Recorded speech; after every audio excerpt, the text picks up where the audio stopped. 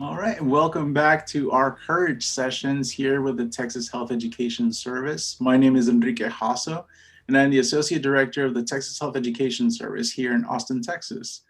Joining me today are some really great guests from Kaplan Test Prep. We're here to walk us through conquering the dreaded DAT and the dreaded MCAT for all of our dental and medical applicants out there. So before we even get started, Jessica and Petros, would you mind introducing yourselves? Jessica, you first.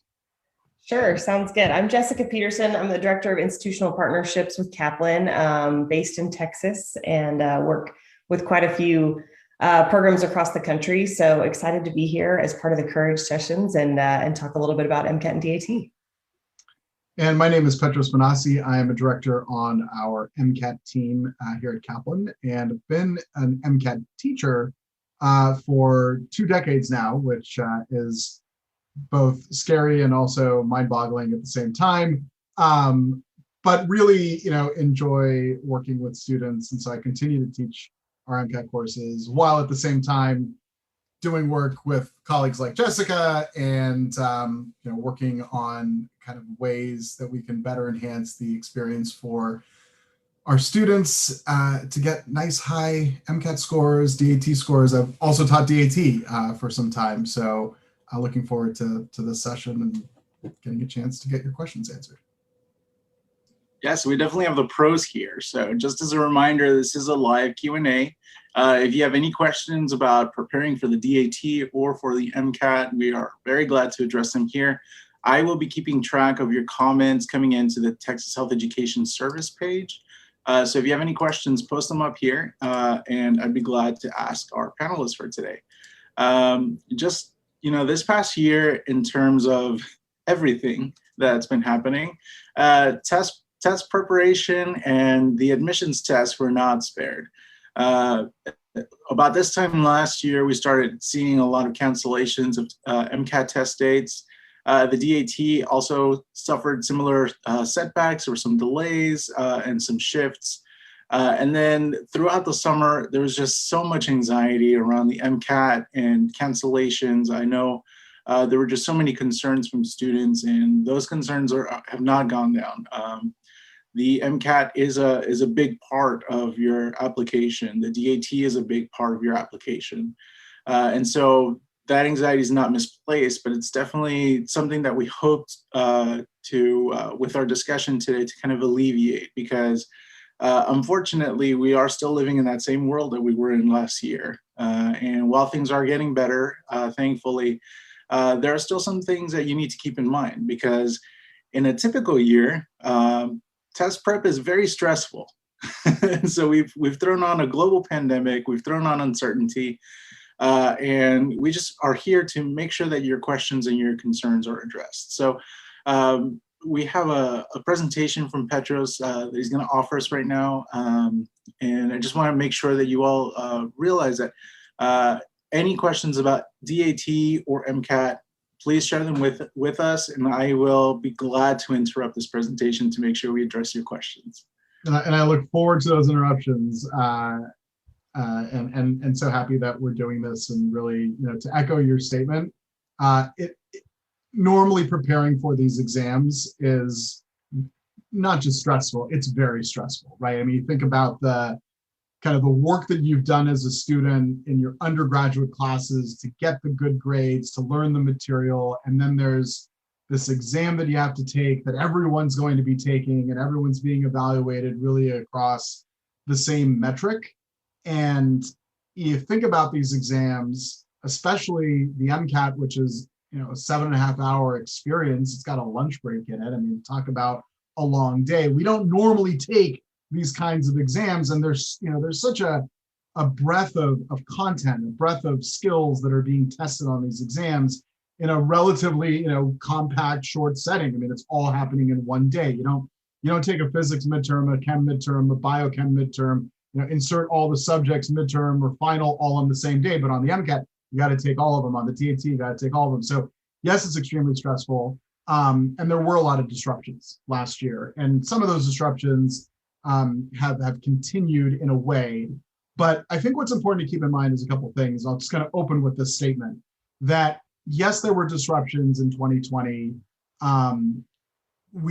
2020 was the year of obviously the surprise of the pandemic, or not the, well, I guess surprise as far as how long it was going to take. And then as we learned more, we're like, okay, we're not as surprised about this.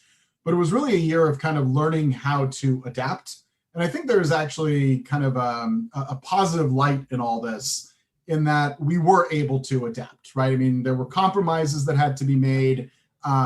There were, adjustments that had to be made. The plans that some students had kind of set in stone for years were completely thrown out the window and had to be restarted, right? So with the MCAT specifically, they shortened the exam. They offered the exam 3 days a week. 3 times in a day, excuse me, right? As opposed to one administration every day. Now it was going to be 3 administrations in a day, and there was a 6 a.m. testing window, which I don't know about you, but I don't like being up at 6 a.m. and having to think at 6 a.m. at that level. And then there was like a 6 p.m. I can't remember the exact time, but it was like a late night session for the MCAT. So imagine you taking the MCAT, super late at night, like you're not as fresh. And then there was a lunchtime session. Well, now you're tired from having lunch. So obviously there were a lot of things that weren't as planned for. But you know what? You can't plan for everything in life. And you think about a career in medicine, you think about a career in dentistry, like things aren't always going to go as perfectly planned. So if anything, there's a life lesson to be learned of how to adapt.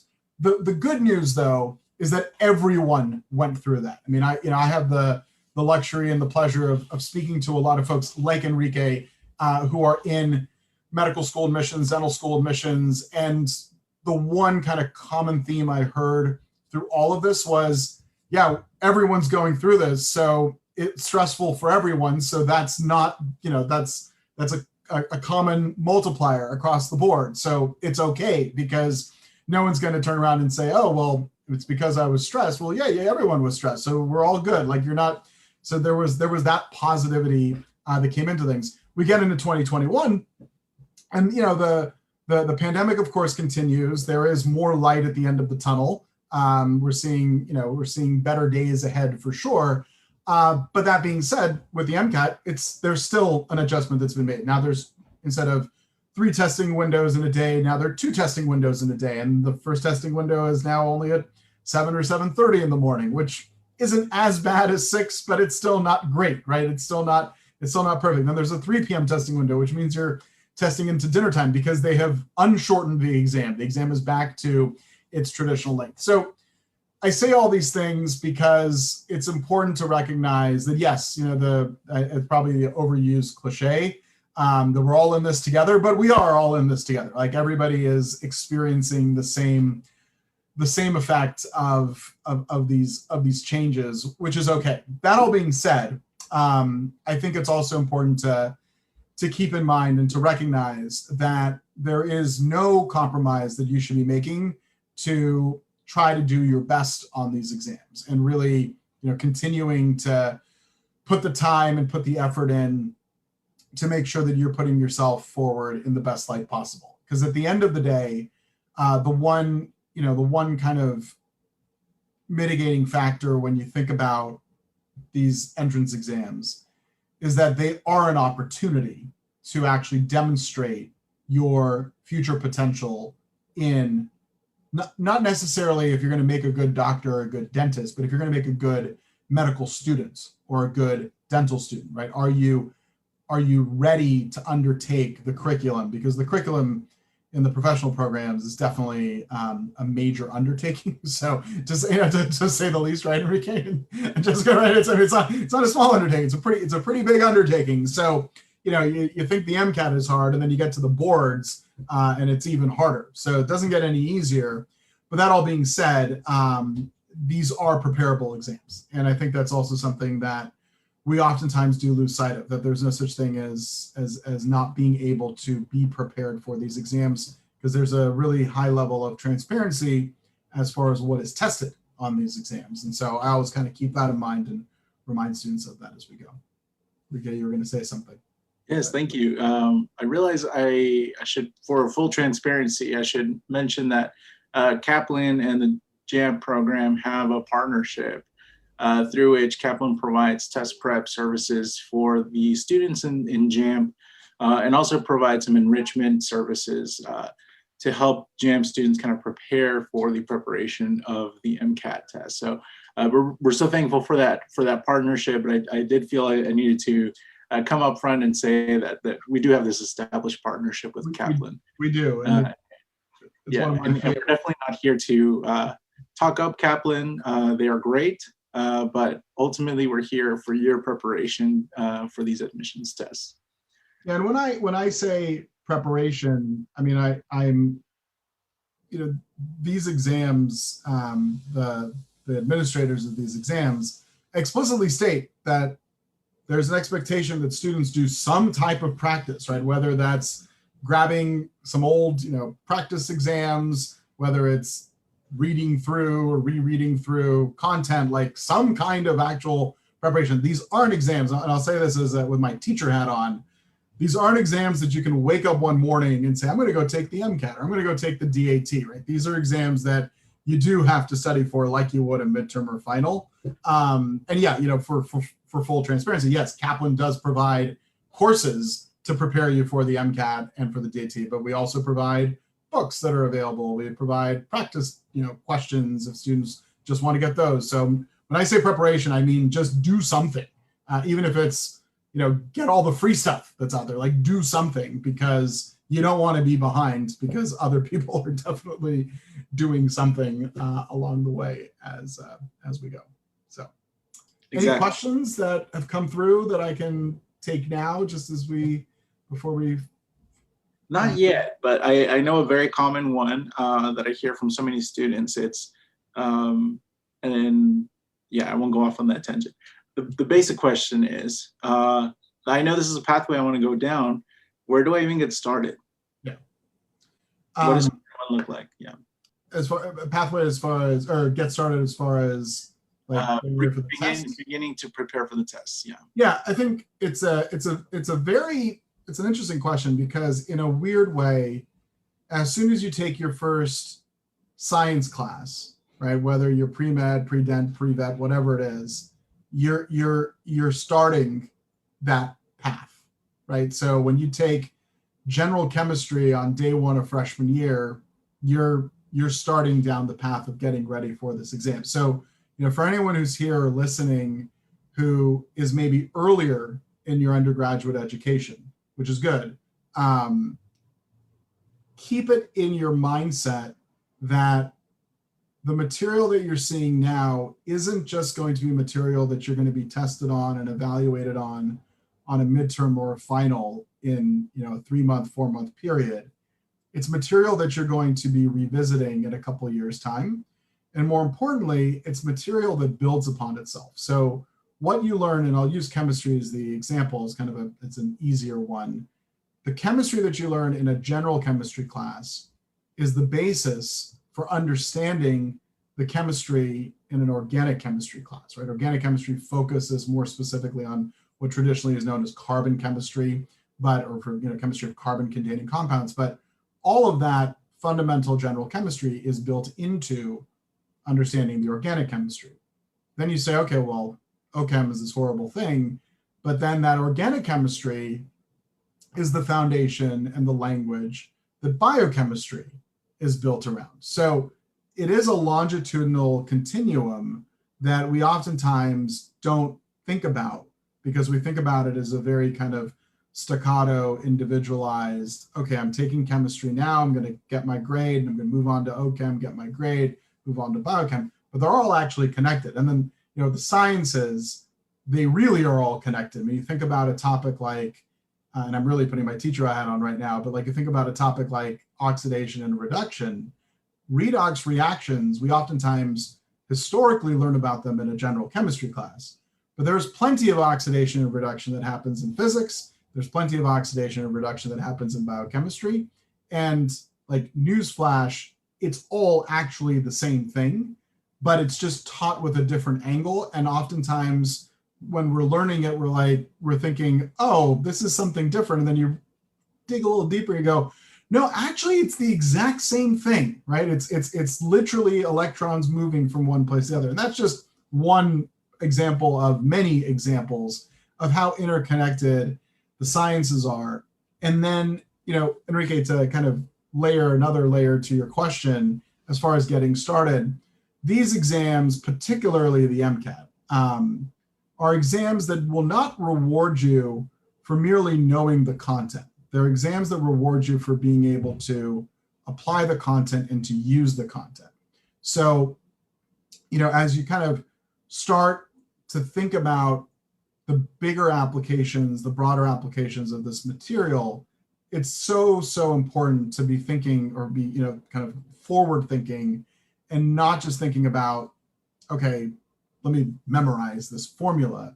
Okay, how can I manipulate this formula? How can I use this formula with another formula or this equation with another equation in order to be able to solve some new answer? So that interconnectedness of the exam or of the material really becomes a bigger part of it that we oftentimes, again, overlook because we don't think about the long term. So keep that in mind, I think is what it is.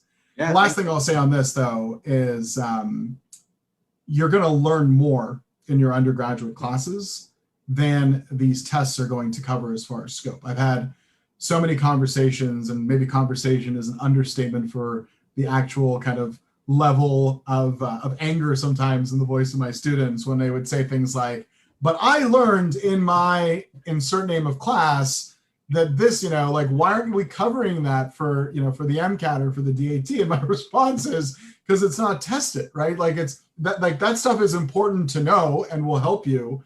But when you're studying for these exams, you got to stick focused on precisely what is going to be tested. And that's the beauty of both of these exams, is that there's a very transparent sharing of information as far as what is tested. So it's not a secret. It's not like, some secret information where, we only, we only a small group of people is going to know what will actually show up. They're very upfront about, here's what's on the exam, here's what you're responsible for. So really no excuses on our part or on your part as a test taker, but also no excuses for oversetting, because it's very easy when you're studying for these exams to maybe go into some of the harder topics that won't even be tested because your professor taught them to you in class, but they're not actually going to be tested on this exam. So important to kind of keep that in mind and think about that. Yeah, especially when there's just so much ground to cover. There's enough ground to cover just with the list of topics, science topics that the test requires you on. And then, then that's an infinite amount of science that's there, or what feels like an infinite amount of science that's there beyond that. So yeah, definitely use it to your advantage and just study what you need to study, because that will get you the best results at the end of the day for sure. Yeah. We've got our first question. Great. I think that triggered a thought here. So the question from Christina Ingles. There are test prep companies that say that MCAT is not a content test, but rather comprehension and application tests within the backdrop of the content, which is pretty much what you just said. Yep. What do you say to that? And to what extent is the learning of the delivery methods more important or not? Yeah, so maybe we can get some clarification on the learning of the delivery methods part of the question. That would be awesome. But yeah, that is true. We are one of those test prep companies that says exactly that, because that is not what we say. It is what the AMC says. The AMC explicitly says that the MCAT is an exam that tests you or requires you to know content, but is actually testing you on the application of that content. So here's what I'm going to do. I have actually a really cool slide. So we're going to do something maybe a little unorthodox, but that's totally fine. I'm going to jump around on these slides because I think that's probably more important. Here's the MCAT. And so I think you should all see this. Yes, right? You see the big pink screen? Perfect. So when you think about the MCAT, there are two layers to any question or to anything that you're being tested on. There's the layer of content, and that content is what you go into the test knowing. And at the same time, you're also being tested on one of these MCAT skills. So the four that are in white, these are defined by the AMC. So AMC has said these are the four MCAT skills, either scientific reason and problem solving, experimental design, science knowledge, data and statistical skills. And every single question is going to be at the intersection of at least one content area and one of these skills. And more times than not, there's like multiple content areas that are in a given question and multiple skills that you're being tested on simultaneously. So this is not an exam, and I'm telling you this as, you know, as a teacher. I'm telling you this as somebody who has like literally spent more hours analyzing this exam and working with this exam than, you know, I should probably admit. This is not an exam that you will be able to do well on simply by knowing content. And it is not an exam that you will be able to do well on simply by knowing, you know, strategy or knowing how to attack questions. It is an exam that you will only do well on if you both know the content and know how to apply the content, right? Actually be able to say, here's the information, here's how I can apply it. Let me actually, maybe this is a perfect time. So Christine, I'm so glad you asked that question. This is a perfect time, I think, to actually show a problem. So Enrique, if you're cool with that, I think this is like, right, Jessica, this is a good time to show a problem. So let me walk, what was that?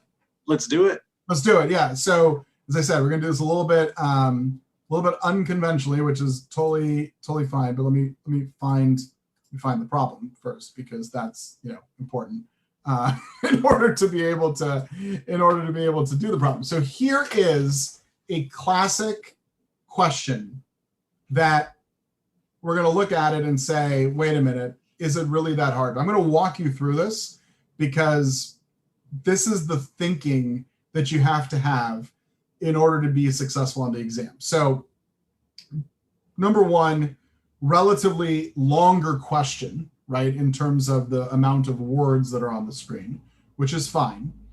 Number two, if you look at the answer choices, there are no numbers, right? There's these words of increasing, decreasing, increasing, then decreasing, or remaining the same. We say, okay, fine. So kind of get a feel for this, that this is going to be about the relationship of how one thing affects another thing.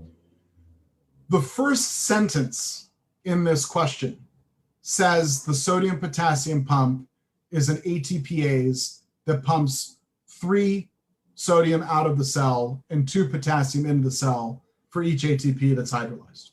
And I'll pause this right there. I would make a 99% bet that we all already know that if you have taken general biology. And the reason I would make that bet is because the sodium potassium pump is the most commonly used example of active transport in introductory bio classes, and usually by chapter 2, you've already covered it. And you've been told that there's 3 sodium out of the cell and 2 potassium into the cell for each ATP that's hydrolyzed. And in fact, even if you didn't already know that, if you're in that 1% that didn't remember that or didn't know that or never saw that as an example, the question just told you that information. So there's a bit of content that you probably came into the exam knowing, but they've just told you that information, which means they aren't going to reward you for knowing something that they've just told you about, right? It's like if I came up to you and I said, 2 + 2 is 4, and you go, yes, 2 + 2 is 4, give me $1 for knowing that. I'm not going to give you $1 because I just told you that information, right? It's not like you have given me any new information from that, you know, from your statement there. So this first sentence isn't actually a question. It's background information that you may or may not know. If you don't know it, now you have it, so you are expected to be able to apply it in order to be able to get the question right. You go to the second sentence, and it says cells can use the pump to help maintain cell volume. Maybe you knew that beforehand. Maybe you didn't. Doesn't matter. We all know it now. So we're all on equal footing, right?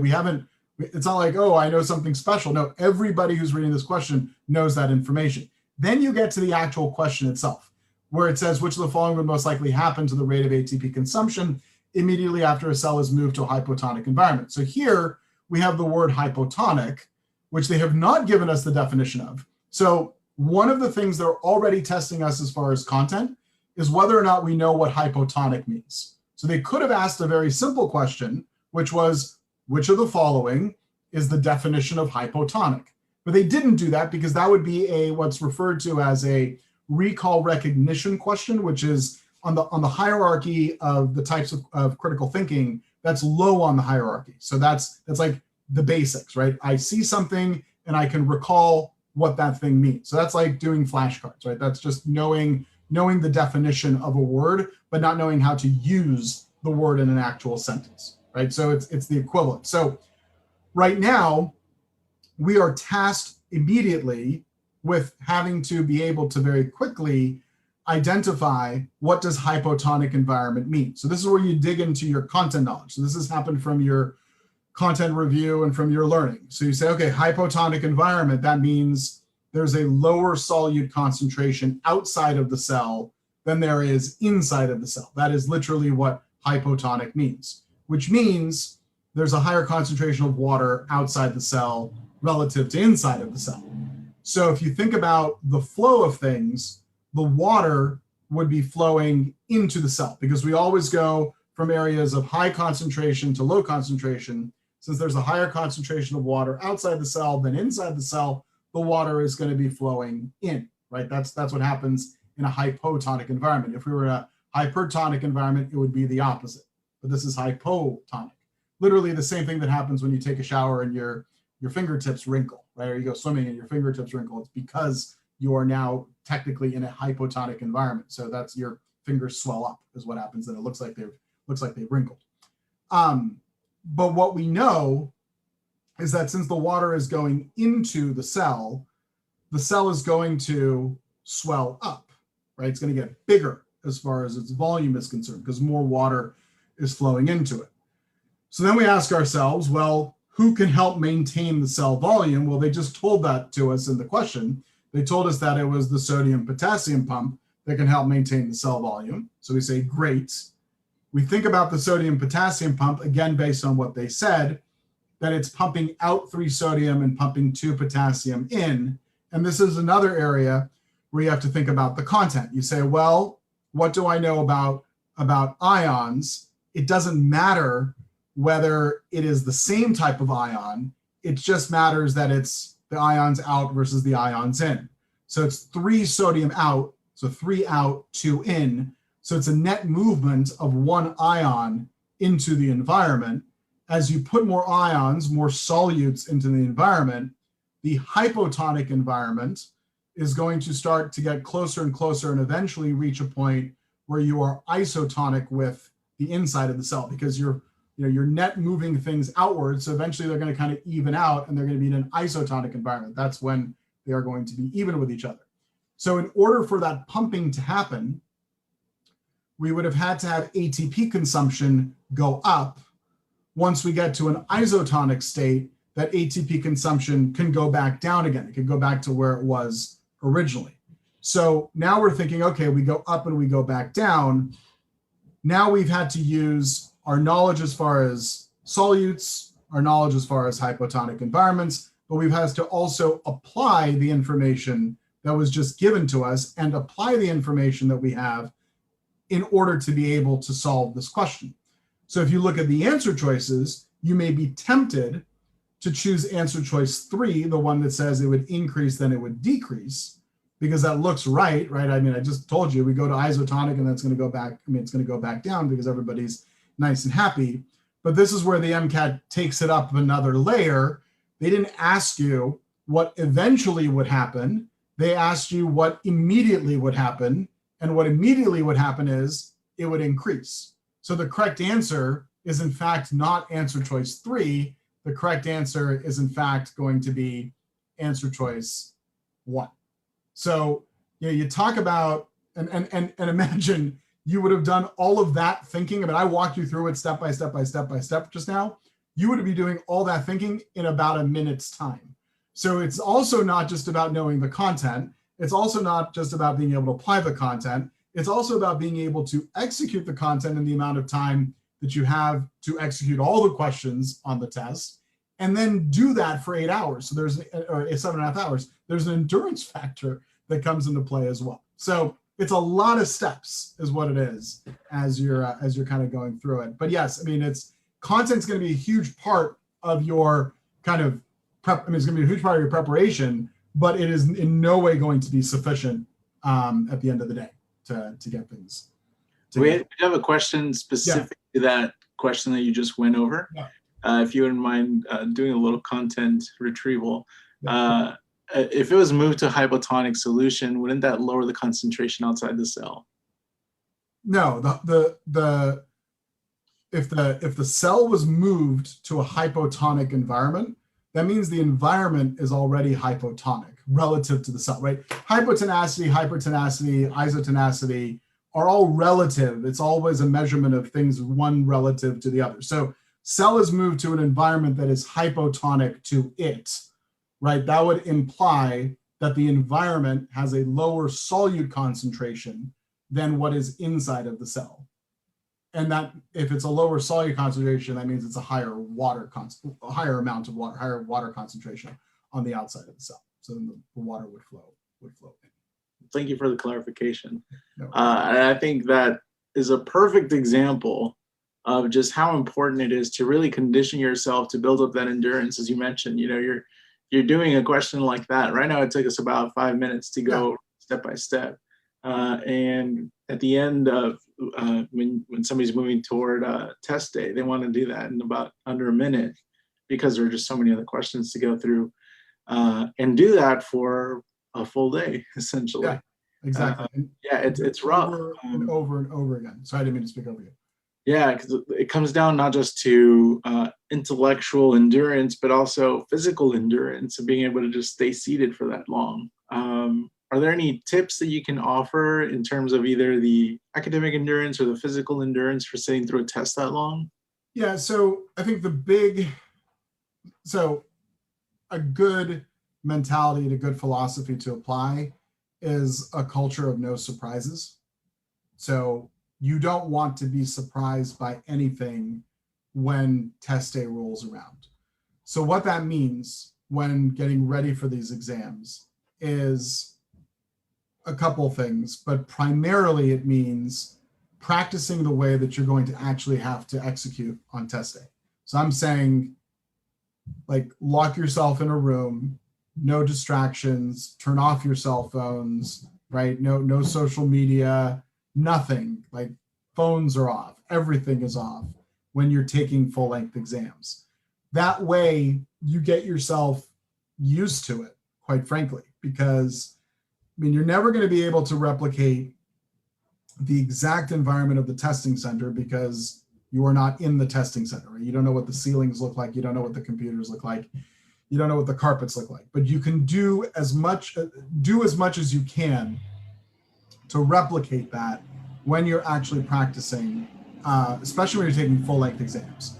But it's also about building up to it. So the worst thing that you can do, and I say this with a very, very strong conviction, like, do not do this. Do not dive into preparing for this exam by just starting to take full-length exams, because that is the worst thing that you can do for yourself. One, quite frankly, you're just not ready for it on day one, right? You got to build up to it. So, first it starts with a couple of questions, then it gets to, a couple of passages together, and then it gets to just a section, and then you build up to a couple sections, and then you build up to the full-length exam. So it takes time. This is not an overnight process by any means. Plan about 4 to 5 months to make this work. Plan for about 300 to 350 total hours in terms of that. But as far as like the physical side of things, these are some basics, but they're just so important. Like proper nutrition, proper sleep habits, right? I know it's hard sometimes, especially when you're stressing out about this exam, but you got to make sure that you're well rested. You got to make sure that you're well nourished. You got to make sure that you are like literally practicing sitting for long periods of time. You even want to practice what you're going to be doing during your breaks. You want to be practicing how you're going to be managing kind of those little rest periods during a section. Top tip for you, it's no fun to be staring at a computer screen for 8 hours in a day as intently as you're going to be when you're taking this exam. I'm in front of my computer all the time right now because, of course, we are living in a world of Zoom meetings and right, a virtual world. So like we're all kind of used to it. But I'm not sitting in front of my computer all day taking, questions or doing questions. I'm having meetings. I'm in meetings like this, right? Like it's like that's, and we all are. But when you get to, this exam, you're like intently focused on the screen, trying to read question and analyze it and do all those things. So you gotta build in ways to just like take breaks even while you're taking the test, and little things like close your eyes and look away from the screen for 5 seconds. Just, little things like that. There's a study that was done a while back about how often we blink when we're looking at computer screens. And we actually blink less in a minute's time than we normally would. So it's gonna sound really weird, but just force yourself to blink, like literally, because your eyes are going to dry out if you're, like anything else. And, stretch your legs and stretch your arms and just, kind of keep yourself moving, because you are going to be kind of stuck on this computer in front of it very intently. And take the breaks. They give you breaks. I've heard horror stories where students say, oh, you know what? I was feeling good after the first section. I was on a roll. My mind was really warmed up. So I just skipped the break and I took the second section. And I think, Enrique, your reaction is priceless on that one, because you know where the story goes. By the end of the second section, or towards the middle of the second section, they were exhausted and thinking to themselves, I really should have taken that break. And then the lunch break comes along and you just never really recover, is what it comes down to. So yeah, it's so easy sometimes to feel like, yeah, I'm good. Like I'm just going to keep going. And then you realize I shouldn't have done that. Like that was silly. So take the breaks. Use that to your advantage as you're kind of going through it. From an academic perspective, like anything else, that we've been saying here today, practice is key. And that also includes, when you're studying and when you're maybe just doing more straight content review or content practice, you want to try to be always in that mindset of how you're going to be actually performing on testing. The first thing I learned in college, I took a psych class, and it was literally day one, and professor said, students who study for their exams in the room that the exam is going to be offered tend to do better. And the night before the midterm, everybody was in that lecture hall studying for the exam, because we'd all listened to the professor's advice, and it worked out just fine. So that's the bit there. Yeah, you hit on a lot of great notes, and I'm actually taking notes here for myself as well. I know that we have a few kind of myths that we want to go over. Yeah. And I think as we go over these, we hear so many of these on a daily basis with working with students, message boards, Reddit threads, other podcasts. We hear so many of these. These myths are really pervasive. In my time with working with JAM students and walking them through their MCAT test preparation, I heard so many of these. And I think that that first one's probably going to be a doozy that has been fueled pretty heavily this past year. So I'm excited to kind of get through these Mythbusters. Yeah, for sure. And we'll be able to skip a few because we've gone through some of these things already. But I think and this isn't one of the myths, this is a reality. The reality is you're here and you're at this session and you're going to be at other sessions like these because you want to be here, right? And I think that's just kind of in general, I like to remind students that this is the ultimate goal. The ultimate goal isn't to do well in the MCAT or do well in the DAT. The ultimate goal is to be standing in a white coat ceremony. So always remind yourself of that as you're working through this material, because it can sometimes, get a little daunting. It can get a little overwhelming. And it's just so important to kind of have the longer term goal that's in mind. There's a big myth out there that these exams are weed out exams. And the reality is they aren't weed out exams. They are exams that were created specifically with the intention to see how a student would perform in the professional program. So it's not, if you don't do well in this exam, you're not getting in. No, there are other factors that go into the overall admissions decisions that an admissions committee is going to be making.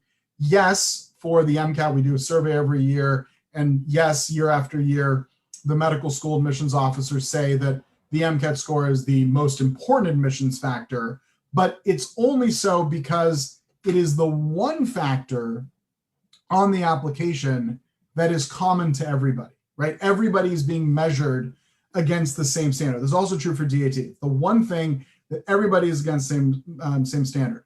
Your GPA comes from different schools. Even if you're at the same school as another person, you've taken different classes with different professors. So everyone's kind of being graded on different standards there. But the MCAT score, everyone's got the same number or same metric that you're being measured against.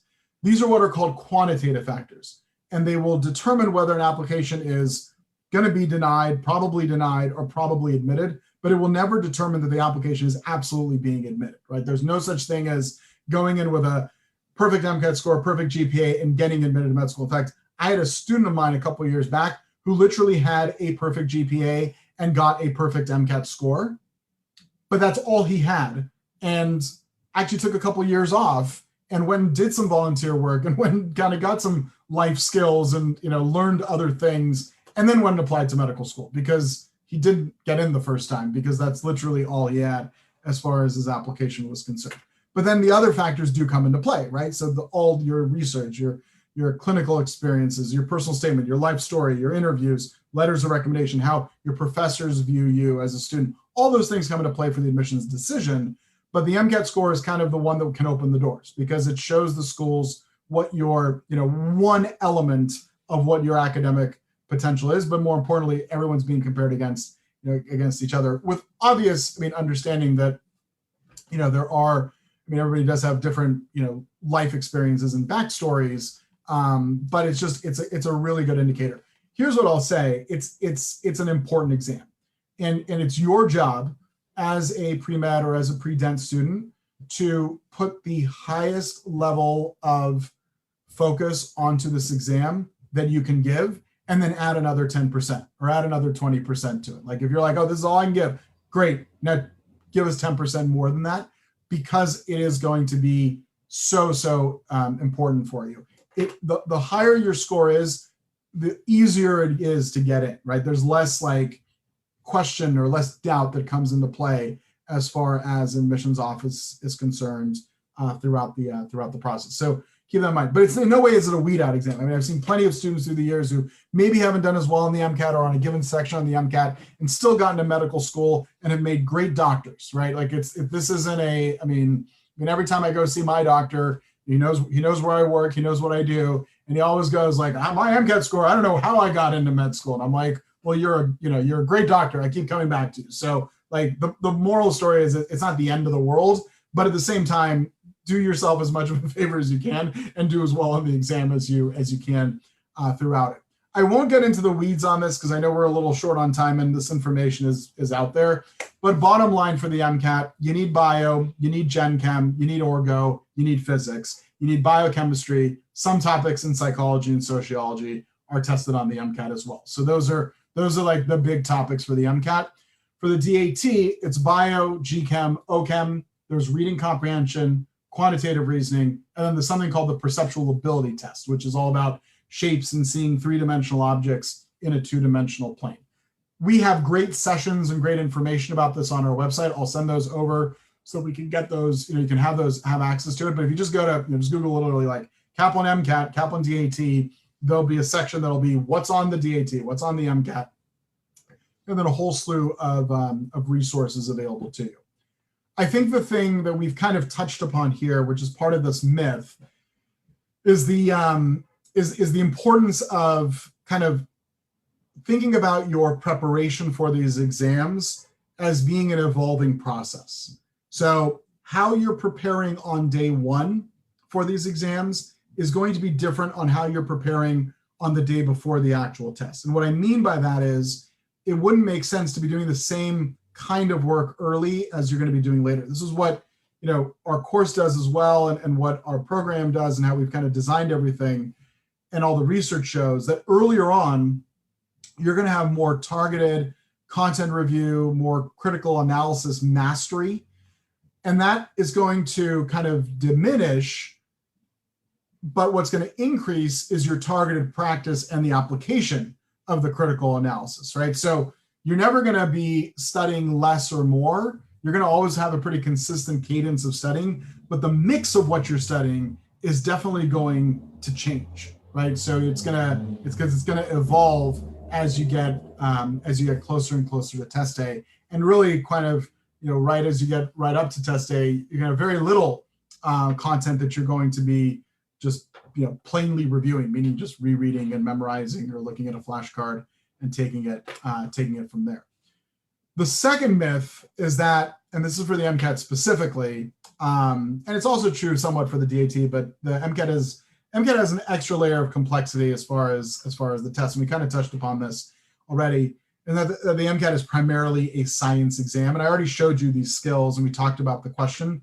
So really just going back to what we were referencing in terms of the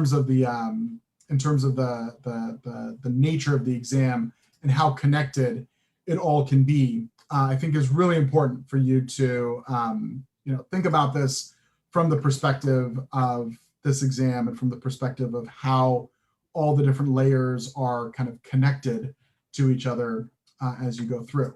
Which leads us to the third myth, and this myth of that the MCAT tests you the way that your science professors tested you. And so I think it's important to recognize the fact that you are being tested in this interconnected space. But here's more importantly what I mean by this. This is just a breakdown as far as the scores for each section. So it's 118 to 132 on each section on the MCAT, 1 to 30 on the DAT.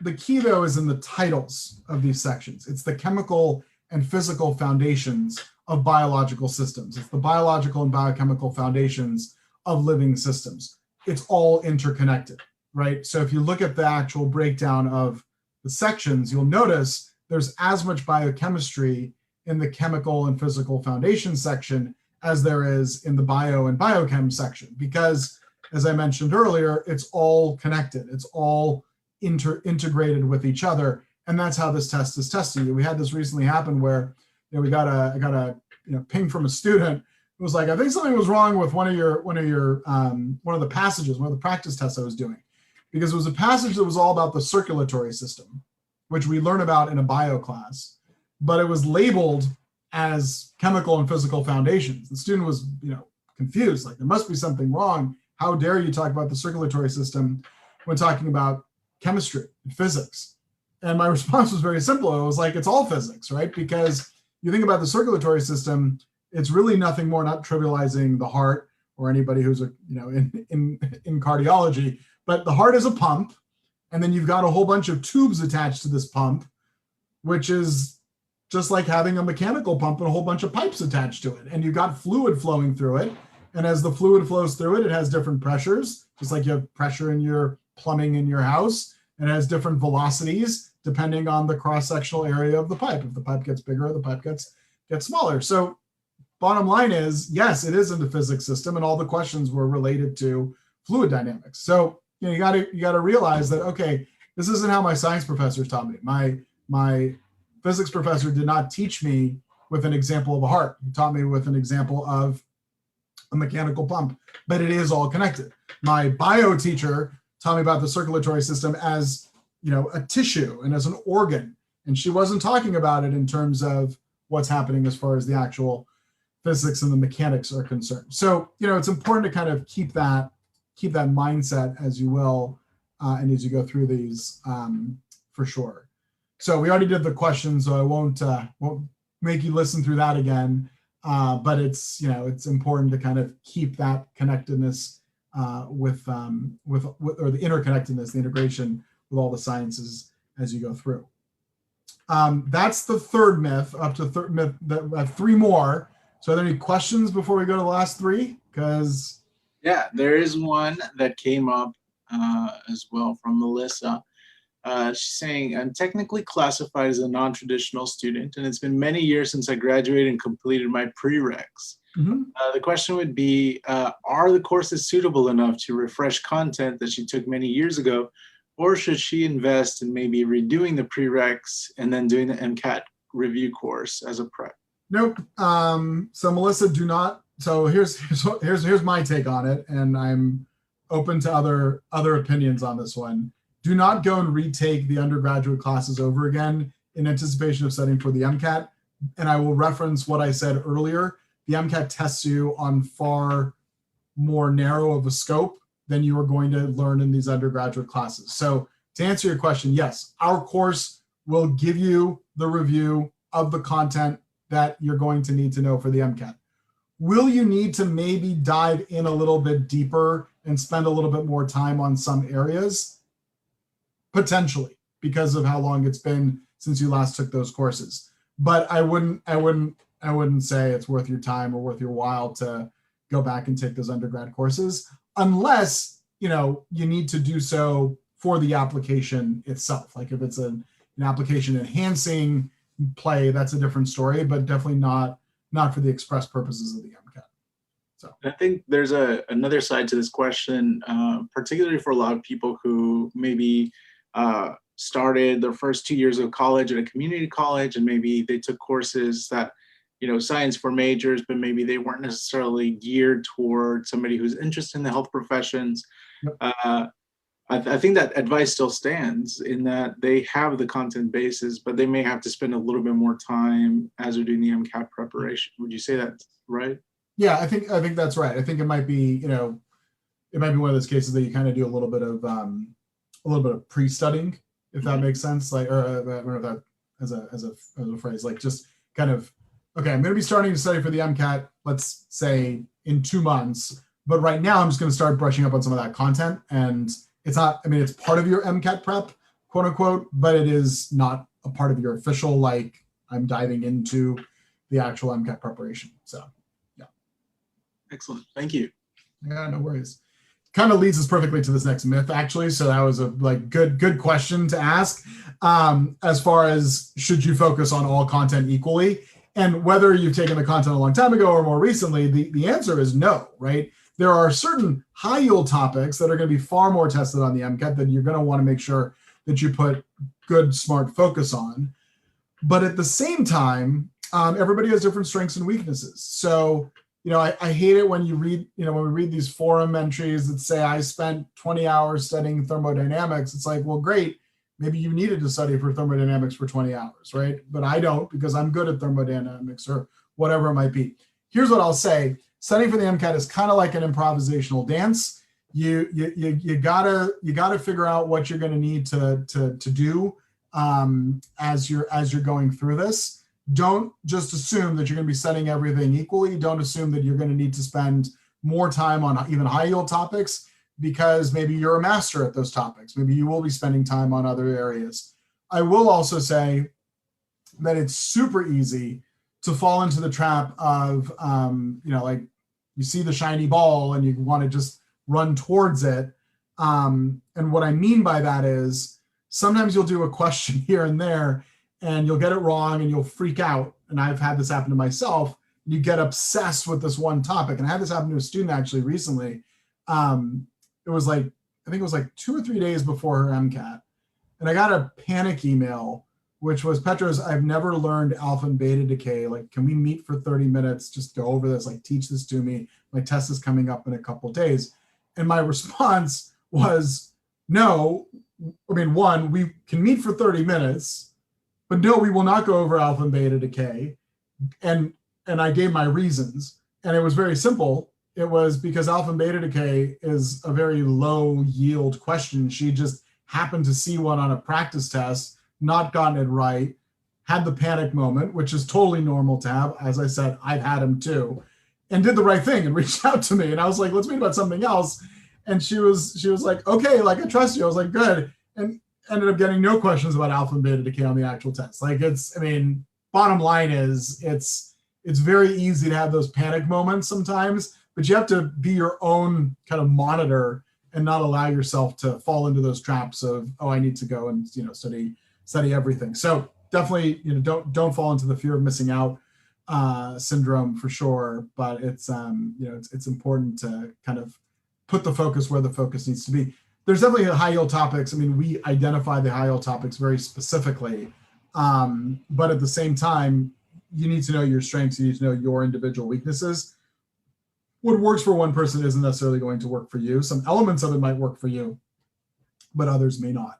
I mean, my own personal example, I was a biochem major. I was good as far as the chemistry. I've taken more chemistry classes than I ever care to take again in my life. But I was good as far as chem was concerned. I didn't have to take physics in college, so I was lucky. But at the same time, you know, when it came to the MCAT, that was obviously an area that I had, you know, just needed more work on. So like that was where my focus was. It was very clear, but at the same time, it's one of those cases to kind of keep in mind that you want to make sure that you're putting the right work in the right places.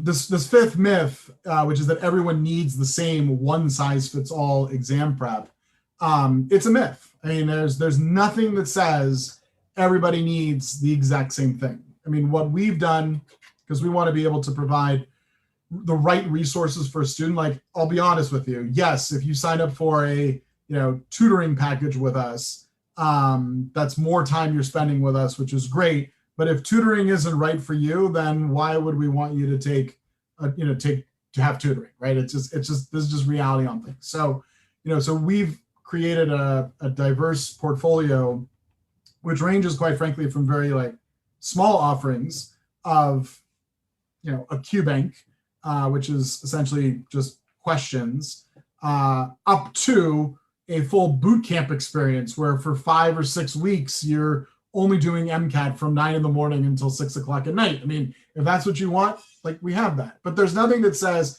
everybody needs the same thing. And then even within the various courses that we have and programs that we have, nobody is doing the same thing. So back to this notion as far as kind of the personalization, I think it's very, very safe to say that Kaplan's the only organization of all the test preparers that actually has a truly personalized course. Others will try to say that they have it too, but our program actually is personalized based on your performance. So as you are going through the material and you're taking questions, we're actually analyzing your performance and then making recommendations on based on how you have performed on what you should be doing next. So there's a lot of analysis that's happening behind the scenes. And effectively, if you're kind of following the recommended items for you, that means you're getting the most kind of optimized experience as far as your preparation is concerned. This is a screenshot of our syllabus just to get a sense of how we lay things out. We might say, go watch this video because you need work on Pascal's principle, but Jessica, you need work on buoyancy, and Enrique, you need work on cohesion and adhesion. So we'll all go watch different things because that's what we need right now. Similarly, we have the MCAT channel, which is, so, when you look at the live instruction that's in our course, they're the core sessions that everybody takes. And then there's about 95 or so hours, 1-hour sessions of the MCAT channel, which are taught by a team of 10 teachers. I'm part of that team. And basically the way this works is that these sessions are constantly rotating as far as what's being offered. And then you're, kind of figuring out and getting recommended to go to various sessions based on where you're at. But these are live sessions that are happening, but they are focused on things like the endocrine system, or like tonight I'm teaching a session about creating an MCAT study schedule. Last week I taught sessions about carboxylic acid, so very, very specific targeted sessions that you can do the work on based on, again, what your individual needs are. We've actually have more options than these. I mean, I kind of said this earlier. We have live online courses. We have on-demand courses. So that's where you want to study more at your own pace. But we also have tutoring. We have books that you can buy. We've got a lot of stuff. So bottom line is, and it doesn't have to be from Kaplan, but bottom line is do some kind of preparation, please, because that I cannot emphasize enough. And kind of leads us to the sixth myth, which is kind of a myth and a truth. So I kind of feel like I'm lying every time I show this one, that it's too early to start preparing. There is such a thing as starting too early to start preparing. And this is an example literally from an event. A colleague of mine just shared this with me that happened to her a couple nights ago. The student was a freshman in high school, and wanted to start preparing for the MCAT. So yes, I would say that it is too early to start preparing for the MCAT as a freshman in high school, but it is not too early to start preparing for the MCAT once you have made the decision that you want to go on to pursue career medicine. You've started your undergraduate pre-med requirements. So like, yeah, for that student, ninth grade, a little bit too early. Part of the reason for that is that, I mean, the admissions timeline is long for med school and for dental school. But remember, you're going to want to spend about 4 to 5 months preparing for this exam. So, you know, the sooner you can start, the less strained you're going to be. I've definitely seen students study for the MCAT quite successfully over the summer. That totally happens and totally works out just fine. But at the same time, it's you know, it means they have less obligations and less things to do otherwise, kind of throughout the year. So, kind of a lot to take in. But those are the 6 big myths that we have identified as far as preparing for these exams, and wanted to share with you. Yeah, and hopefully now that we covered them here, we'll never hear any of those myths again. That's right. At least from this group. So. Right. Yeah. When we were going over this presentation, I'd mentioned I think I'd heard each one of those myths in some platform or from some student today alone.